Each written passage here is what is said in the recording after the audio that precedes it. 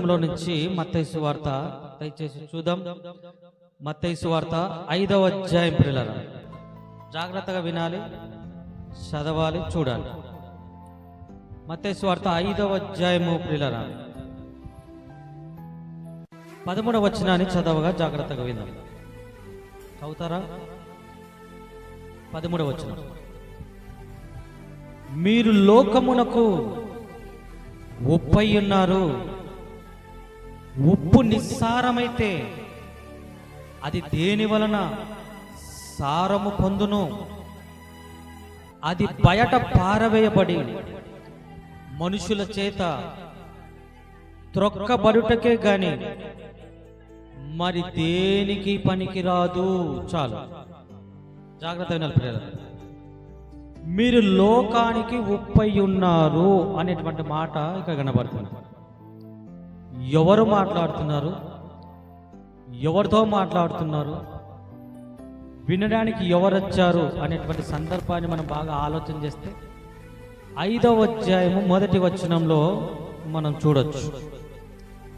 ఆయన జనసమూహములను చూచి కొండ ఎక్కి కూర్చుండగా ఆయన శిష్యులు ఆయన ఎదుకు వచ్చిరి. అప్పుడు ఆయన నోరు తెరచి ఇలాగూ బోధింపసాగెను. యేసు ప్రభువారంట ప్రియులారా, కొండ ఎక్కి బోధ చేస్తున్నటువంటి సమయంలో ఎవరెవరు వచ్చారంట? జన సమూహము, వారితో పాటు ఆయన శిష్యులు కూడా ఆయన యొద్దకు వచ్చారంట.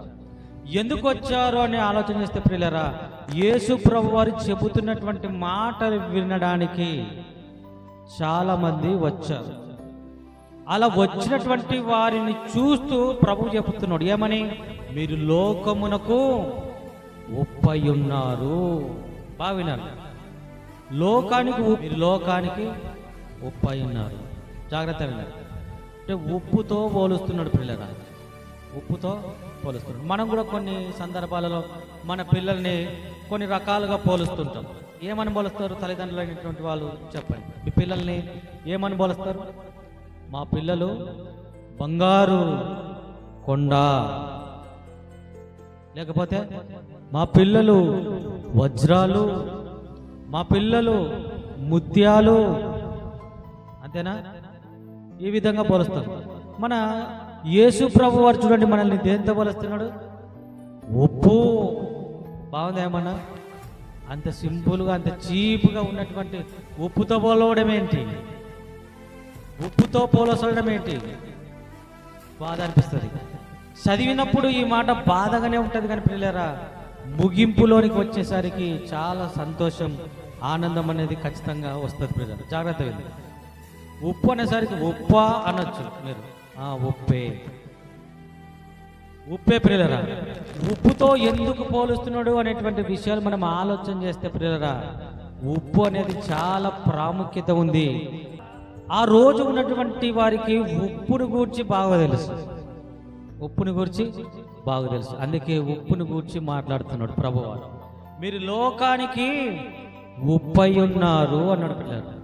ఉప్పుకున్నటువంటి లక్షణాలు మనము కొన్ని నిమిషాలు ఆలోచన చేద్దాం. ఎందుకంటే ఉప్పుకున్నటువంటి లక్షణాలు ఏంటో మనకు అర్థమవుతే అసలు మనల్ని ఎందుకు ఉప్పుతో పోలుస్తున్నాడో అర్థమవుతుంది. మొట్టమొదటిగా ఉప్పుకున్నటువంటి లక్షణాలలో మనము ఆలోచన చేస్తే ప్రియులరా, ఆలోచన చేస్తే బాగా వినండి. మలినమైనటువంటి పదార్థాలను శుభ్రం చేయడానికి ఉప్పును వాడుతారు. అమ్మ జాగ్రత్త వినాలి. ఉప్పుని ఎందుకు వాడతారంట? ఒక చెడు పదార్థాన్ని బాగు చేయడానికి ఉప్పును వాడతారు. ఉదాహరణకు చేపలు తెలుసా మీకు? చేపలు తెలుసా అండి? చేపలు 1 కేజీ 2 కిలోలు తెచ్చుకున్నారు. దేనితో శుభ్రం చేస్తారు? ఉప్పుతో. ఎందుకు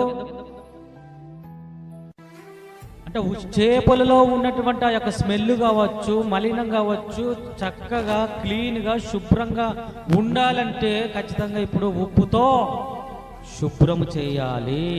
జాగ్రత్త వినాలి.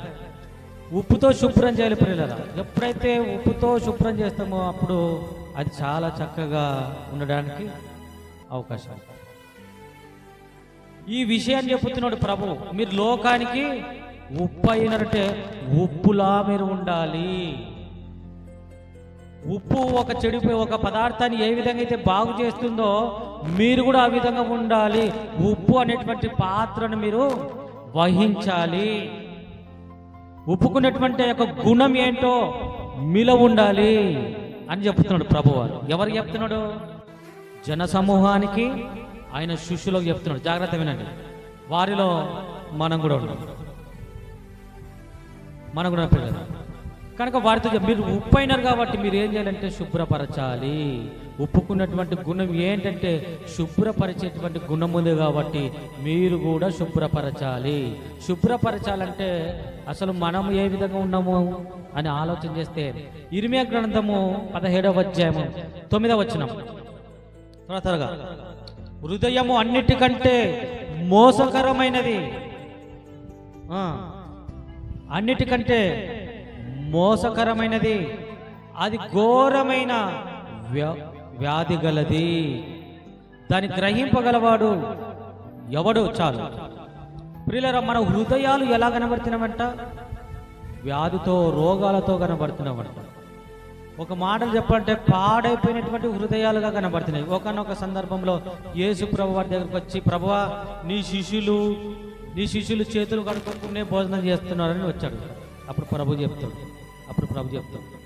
బయట నుంచి లోపలికి పోయేది అపవిత్రపరచదు, కానీ లోపల నుంచి హృదయములో నుంచి వచ్చేటువంటి ఏవైతే ఉన్నావో వాటి ద్వారా మనిషి అపవిత్రపరచును అని ఉంటుంది. అవి లోపల నుంచి ఏదో అక్కడ ఒక లిస్ట్ ఇవ్వబడి ఉంటుంది. ద్వేషము, కోపము, అసూయ అవల్ల ఉంటాయి. అవి మనిషిని అపవిత్రపరుస్తాయి అన్నాడు.